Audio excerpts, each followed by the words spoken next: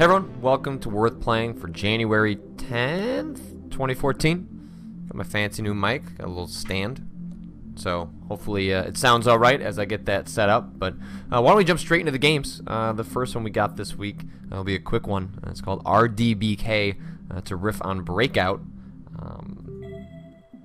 You'll see pretty quickly what is different about RDBK compared to normal Breakout, where obviously you are just controlling a paddle and bouncing a ball back and forth. So everything is happening here really quickly. And sort of the base level strategy to get through the stages is that, you know, if you just kind of bounce it up, then, you know, you're going to take one out, but you're running against a time limit. And it seems like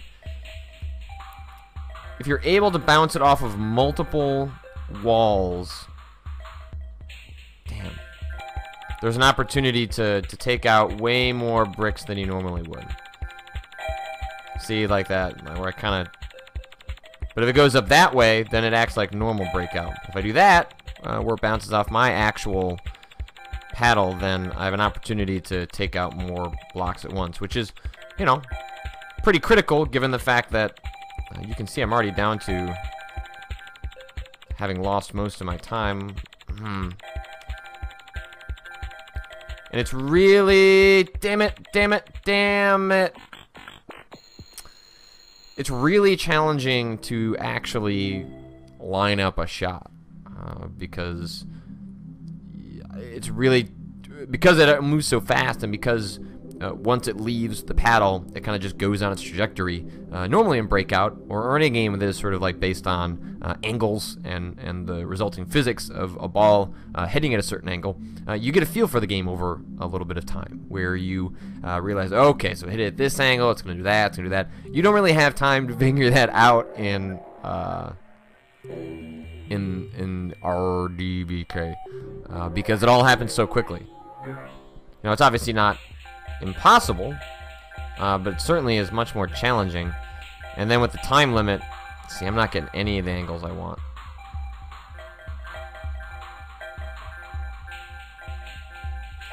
There we go. So there's one that I got. I'm gonna need a couple of those if I have any hope of... See, that's the moment you miss it is critical. So whereas in a normal Breakout game, you lose a life if you miss it. In this one, you essentially lose time. So it's a different metric that, you know, results in the same thing, which is exactly what happened right now, which is dying and then having to start over. But you know what? Let's go ahead and turn on the config. I mean, white's okay, but there's a horror guy. Let's make it red. Let's see if maybe that gives me the extra motivation to make it through this second stage. I've made it as far as the third stage, but you have to unlock the stage after the furthest stage you've gotten to replay that one. Oh, see? Got some good bounces there. But now I'm just getting a series of bad bounces and wasting about a fourth of my time on them.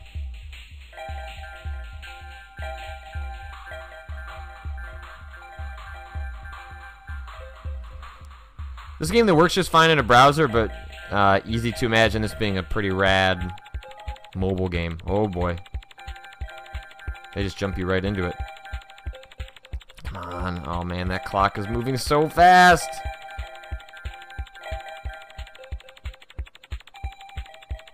See, normally that'd be like, yeah, I got it. That doesn't help me in this version of Breakout. This is not looking good. Oh, come on. This is clutch. This is it. Boom! Made it. Oh, buddy. I was not sure about that one. Oh, man. Look how fast this goes.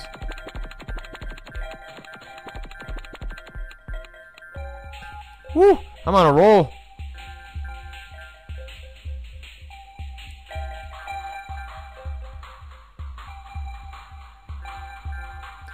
Man. It's so weird how you kind of have to, like, start forgetting some of your, like, really intuitive Breakout strategies, because you'd actually just rather keep things going right here. You might not necessarily be getting the angles that you want, but you're getting the fast angles which ensures that, that you'll actually be able to take out maybe 6 or 7 blocks if you get an angle that you're looking for, or get a little lucky with the bounce. Whereas if you're allowing it to go past the paddle and hit the back, which would normally result in the loss of life in normal breakout, then you've slowed things down, and slowing things down is just completely deadly for a run. But that is RDBK. By the way, I'm going to be including links to all of these games as the first comment in each Worth Playing video, because I know some people don't read Worth Reading. It's okay. I'm not offended. Let's move on to the next game. Alright, the next thing we're looking at is Permutation Racer, which is a procedurally generated racing game that, upon first glance, looks kind of similar to a game called Race the Sun that recently got on us to Steam after a long campaign as a pretty decent game. I heard the game got Oculus support, which sounds pretty neat. Anyway, arrow keys move, space jump, left shift boost, X self-destruct. Gamepad is recommended. Well, I tried to use gamepad. It did not work. Okay. 3, 2, 1, go.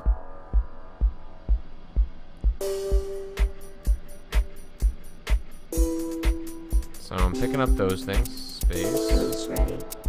Pick up another one. Extend. Alright. So that's increasing my time. Jump. Jump.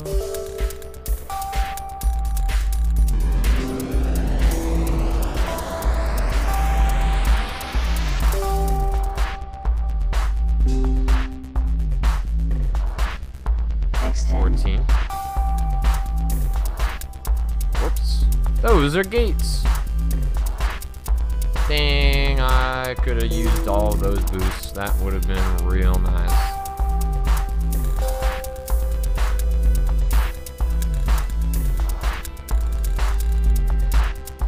Oh, there it goes. My boost wasn't working. 7, 6, 5. Nice when you hit the shift button, it actually did what it was supposed to do. But that's okay. That's okay. Don't worry, game. We'll figure this out together.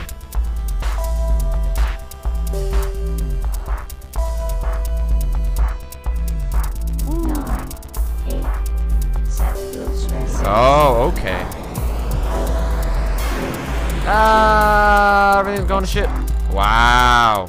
How did I pull that off? So you can't actually use the boost until... Oh, I effed that up. I effed that up too. And I'm not going to make it. You can't use the boost until you've actually filled it up completely. Let's give that another go. Come on, Permutation Racer. I got you now. I understand. Just gotta beat what, 9 something? Go. That seems doable.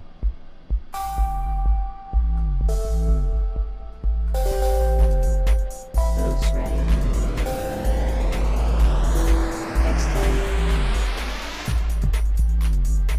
Seems like you don't want to hold on to that. You kind of want to use that boost as soon as possible, because you can also collect additional boost while you're boosting.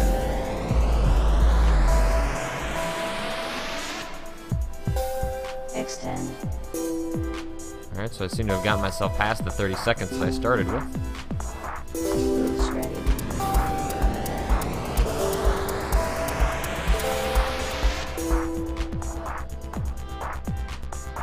Didn't mean to run into a wall there. Whoa. Definitely understand why this game would be superior with a gamepad. Boost ready. It's just sort of... Oh, you don't get the fluidity of control with a keyboard. It's, you know, it's certainly doable, but Boost ready.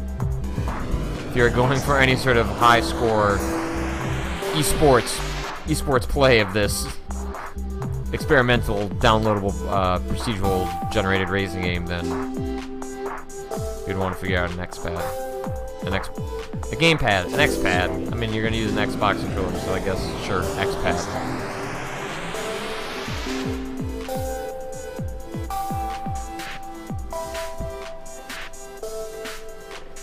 Boost ready.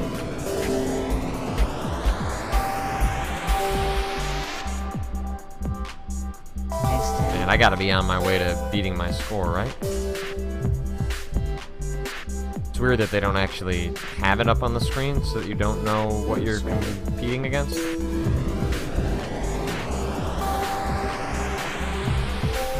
know, because obviously it's tracking it, because it lets you know at the end, hey buddy, you didn't do it. Extend. Boost ready. And yeah, I totally have to beat my score. Fuck!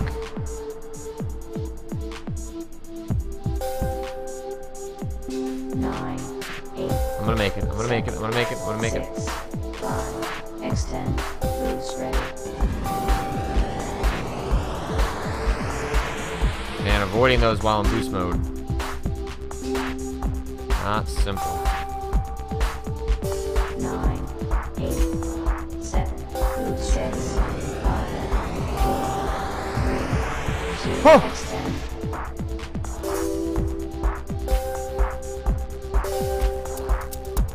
Not sure about this last one though. Boost ready.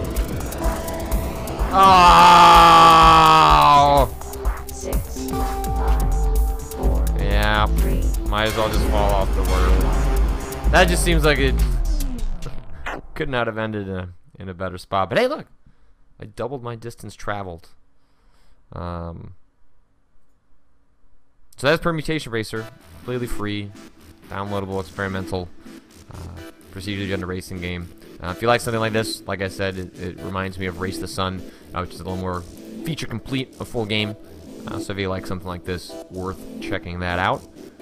And let's move on to our next and final game.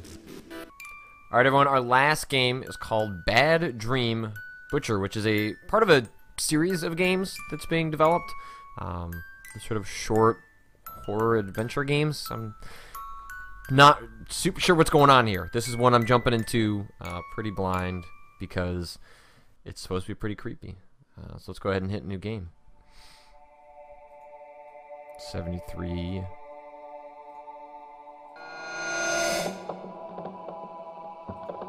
That seems bad. Okay, sharp glass. Okay, these are the spots I can walk to.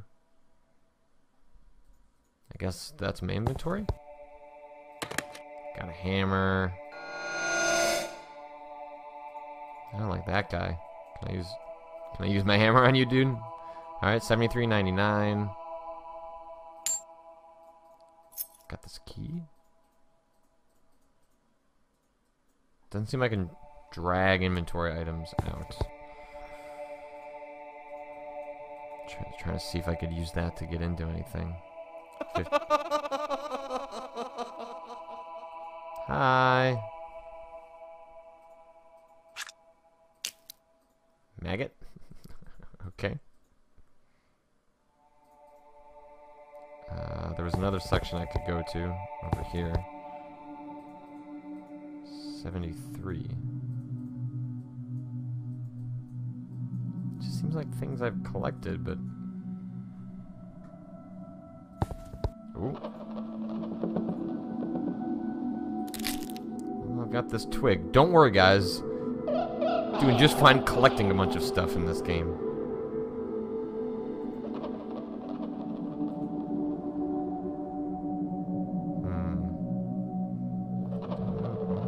That's just walking. I guess let's keep walking. Because I can't click on that. Has anything changed anywhere? Oh, 33. So I have a key to 33. That's 99.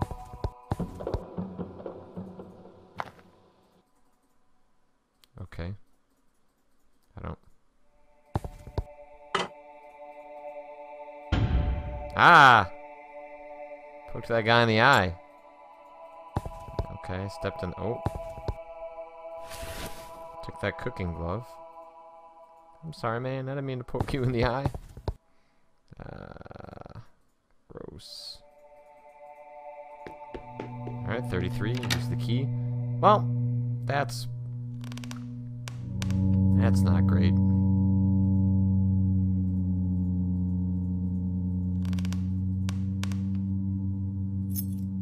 Alright, I've got a key to 51. Let's get out of here. bad place. Ah!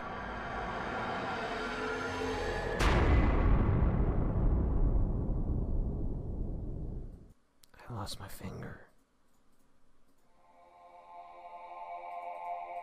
That's, looks like I am now damaged. 51. Alright, we're in. Mousetrap set. That seems bad.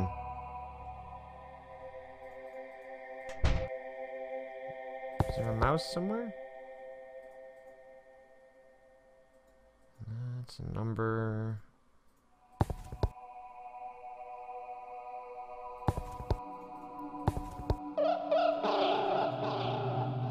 Got this cooking glove. I must have missed something.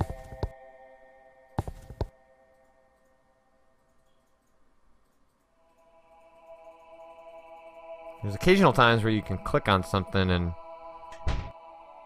What about this? I got this cooking glove. I must have missed something up in that room with the guy. You know, that room with the guy. Oh.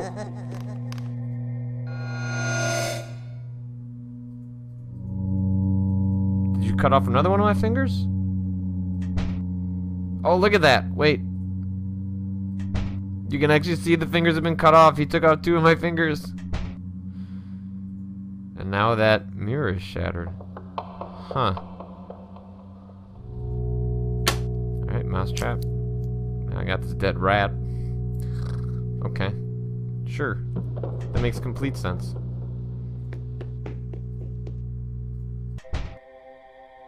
There's another one of my fingers. Yeah, no big deal.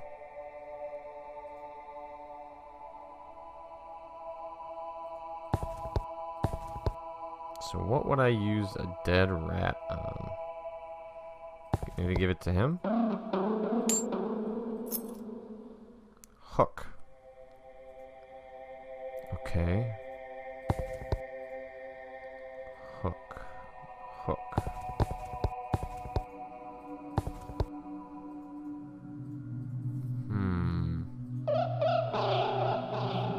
What would one use a hook on?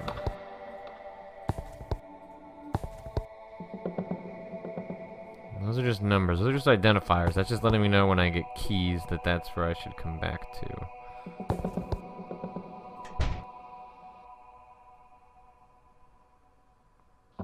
Really disturbing seeing my distinct lack of fingers as I move along here.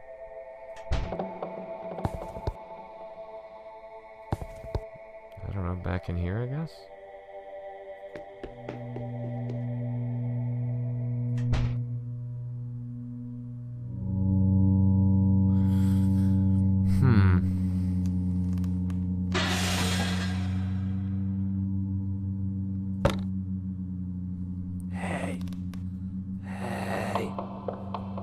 Hey, buddy.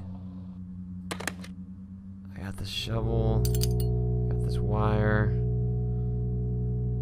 Just don't tell anyone I was here.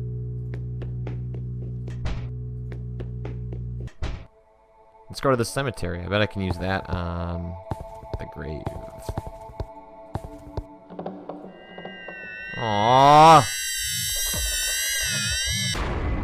Cut off another one of my fingers.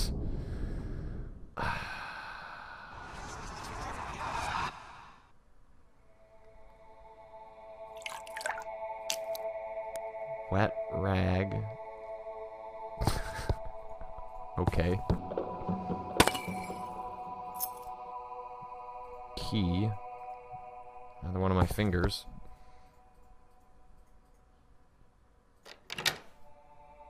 Alright. Got a pot. Got another key. I realize this is extremely descriptive commentary over this game, but I guess there's really not much to be said. it's pretty simple adventure logic. You're just kind of clicking on things. It seems definitely centered around making sure that you continue to go forward, as opposed to spending a whole lot of time worrying about really intricate puzzles. Okay. Fishing rod.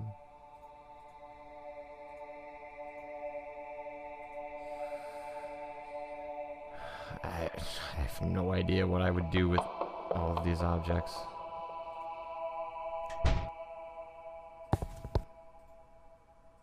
Hi. I have all of these. I've got a pot. I don't know. What does one do with a pot?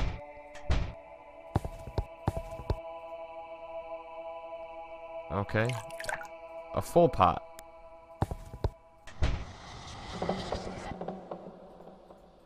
Look, man. What if I go back in there? Okay.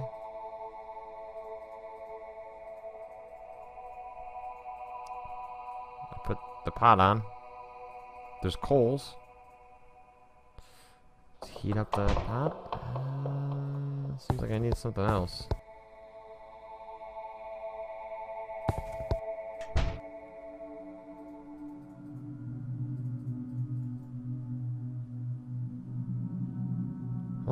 Oh. Well, I got... I went fishing in the toilet, and I got the dead fish. Because... I guess just... Oh. Okay, that's where that came through. Can I put the dead fish in the bowl?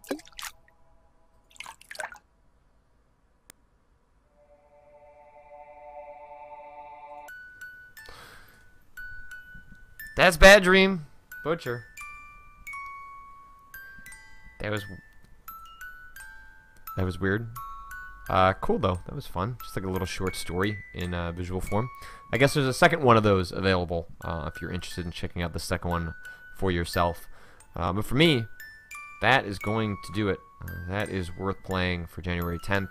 As always, if you got a suggestion, email me, send it over Tumblr, send it over Twitter, send me a PM. I'm always looking for new games to play, whether you're a reader or a developer and want to pitch me on something. No guarantees, obviously, but I do look and read everything and try to respond to the vast majority of it. And like I mentioned earlier, there will now be links to the games in the first comment on Worth Playing in the event that you don't read Worth Reading, or you just happen to find yourself in the video. Want to go check out the game for yourself. But that'll do it for me, and I will see you guys all next week.